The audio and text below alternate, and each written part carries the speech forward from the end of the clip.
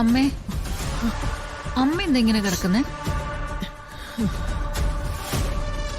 സത്യത്തിൽ അമ്മ ഇപ്പൊ സന്തോഷിക്കേണ്ട സമയമല്ലേ? എത്ര വലിയ ആപത്തിന്നാ ചന്ദ്രേട്ടൻ നമ്മളെ എല്ലാവരും രക്ഷിച്ചത്. അതല്ലായിരുന്നെങ്കി നമ്മളിപ്പോ ഏതെങ്കിലും തെരുവിൽ ചെന്നിരിക്കേണ്ടി വരില്ലായിരുന്നോ? ഉള്ള കാര്യം പറയാലോ ചെറിയമ്മേ. ഓ, ആ സമയത്ത് ചെറിയച്ഛൻ വന്നതും കൂടെ ആ മാഡം ഉണ്ടായിരുന്നതും ദൈവത്തിന്റെ അനുഗ്രഹം തന്നെ. പിന്നെ വരുണൻ രാധിക ഇവിടുന്ന് പോണെന്ന് ചെറിയച്ഛൻ പറഞ്ഞത് അതൊരു തെറ്റായിട്ട് എനിക്ക് തോന്നിയിട്ടില്ല. നിനക്ക് തോന്നില്ല കൽപ്പനെ? നിന്റെ മനസ്സിലെന്നും ഏറ്റവും വലിയ ശല്യം അവരായിരുന്നല്ലോ. അമ്മേ, ചന്ദ്രേട്ടൻ ആരോടും കണക്ക് പറഞ്ഞിട്ടില്ല. പക്ഷേ സത്യത്തിൽ ഏട്ടൻ കൈവിട്ട സ്ഥലവും വീട് സ്ഥാപനമൊക്കെ ചന്ദ്രേട്ടൻ തിരിച്ചു പിടിച്ചത് തന്നെയാണല്ലോ. അത്രയും വലിയ കാര്യങ്ങൾ ഒരാൾ ചെയ്യുമ്പോ അയാളുടെ താല്പര്യങ്ങളും സംരക്ഷിക്കപ്പെടണ്ടേ? അമ്മ പേടിക്കണ്ട കേട്ടോ. അമ്മയ്ക്കിവിടെ യാതൊരു കുറവും ഉണ്ടാവില്ല. പിന്നൊരു വ്യത്യാസമുള്ളത്, പഴയതുപോലെ കുടുംബത്തിനകത്തുള്ള കാര്യങ്ങൾ തീരുമാനിക്കുന്നത് ഏട്ടത്തിയായിരിക്കില്ല, ഞാനായിരിക്കും. ചന്ദ്രേട്ടന് താല്പര്യം അതാണേ. ഭർത്താവിന്റെ താല്പര്യങ്ങൾക്കനുസരിച്ച് വേണമല്ലോ ഭാര്യ ജീവിക്കാൻ. അമ്മ അങ്ങനെയാണല്ലോ സ്ഥിരം പറയാറ് അല്ലേ? എന്നോടും മുത്തശ്ശി ആ ഉപദേശങ്ങൾ തന്നെയാ തന്നിരിക്കുന്നത്. ചെറിയമ്മേ, എനിക്കൊരു അപേക്ഷയുണ്ട്. എന്താ? ദേ, ഈ ഇരിക്കുന്ന മുത്തശ്ശി നമ്മളെ ഒരുപാട് ദ്രോഹിച്ചിട്ടുണ്ട്, പട്ടിണി കിട്ടിട്ടുണ്ട്, തല്ലിയിട്ടുണ്ട്, മറ്റുള്ളവരെ കൊണ്ട് തല്ലിച്ചിട്ടുണ്ട്. പക്ഷെ അതിന്റെ ഒന്നും പ്രതികാരം ചെറിയമ്മ മനസ്സിൽ സൂക്ഷിക്കല്ലേ. പാവം മുത്തശ്ശി അത് താങ്ങില്ല. ആ, അങ്ങനെ എല്ലാം മറന്നു കളയാനൊന്നും പറ്റില്ലല്ലോ കൽപ്പനെ. ഓരോ സാഹചര്യങ്ങളും ഓരോരുത്തരുടെ ഭാഗ്യവും പോലെ ഇരിക്കും. എന്നാലേ മുത്തശ്ശി ഉറങ്ങിക്കോ. മുത്തശ്ശിയെ താഴേക്ക് കാണാതായതുകൊണ്ട് ഞങ്ങളൊന്ന് തിരക്കി വന്നേ ഉള്ളൂ. കുടുംബഭരണേ എനിക്കാണല്ലോ. അപ്പോ എല്ലാവരെയും ഇടയ്ക്കിടയ്ക്കൊന്ന് വന്ന് നോക്കണമല്ലോ. വാ കൽപ്പന, നമുക്ക് പോവാം. അമ്മ വെറുതെ ബുദ്ധിമുട്ടിക്കണം.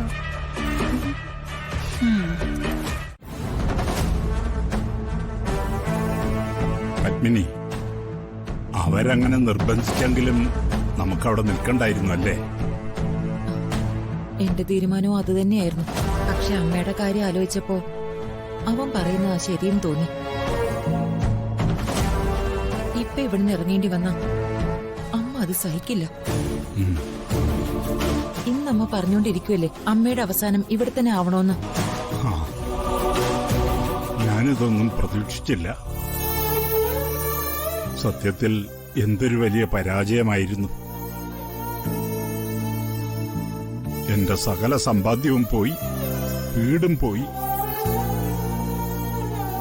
പ്രാണനെ പോലെ സ്നേഹിച്ചിരുന്ന മകനും കുടുംബത്തിന്റെ ഐശ്വര്യം എന്ന് വിചാരിച്ചിരുന്ന രാധികയും ഇറങ്ങിപ്പോയി. എല്ലാം നോക്കി നിൽക്കേണ്ടി വന്നില്ലേ എനിക്ക്? പ്രതീക്ഷ കൈവിടരുത്. അങ്ങനൊരു വാക്ക് തന്നിട്ടാ വരുണിന്റെ അധികം പോയിരിക്കുന്നത്. താമസിക്കാതെ അവര് തിരിച്ചു വരും. നമ്മളെ അവരുടെ കൂടെ കൂട്ടിക്കൊണ്ടുപോകും.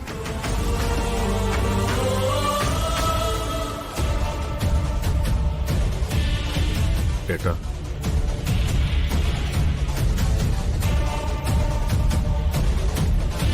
പേടിക്കണ്ട. ഞാൻ വേറെ ഉപാധികളൊന്നും പറയാൻ വന്നല്ല. സാറമ്മയുടെ ഇറങ്ങാൻ നിൽക്കുക. ഏട്ടനെ ഏട്ടത്തിയെ ഒന്ന് കാണണമെന്ന് പറഞ്ഞു.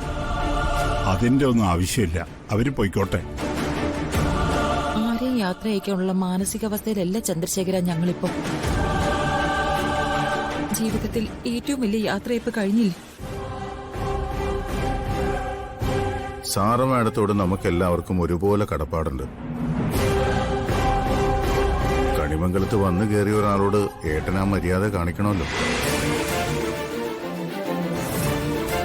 ഏട്ടൻ വരണം.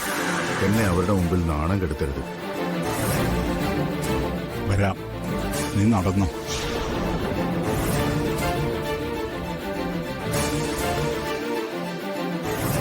അവന്റെ മഹത്വം കാണിക്കാനാ വിളിച്ചത്. അറിയാം. ഈ വീഴ്ചകളൊക്കെ മനസ്സിൽ അവൻ ആസ്വദിക്കുന്നുണ്ടെന്നും എനിക്ക് നന്നായി അറിയാം.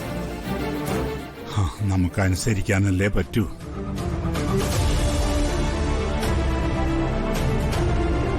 അവരെന്തെങ്കിലും അഹങ്കാരത്തോടെ പറഞ്ഞാ നമുക്ക് കാര്യമാക്കണ്ടല്ലോ. ജീവൻ അറ്റു കഴിഞ്ഞു. ഇനി എന്താ?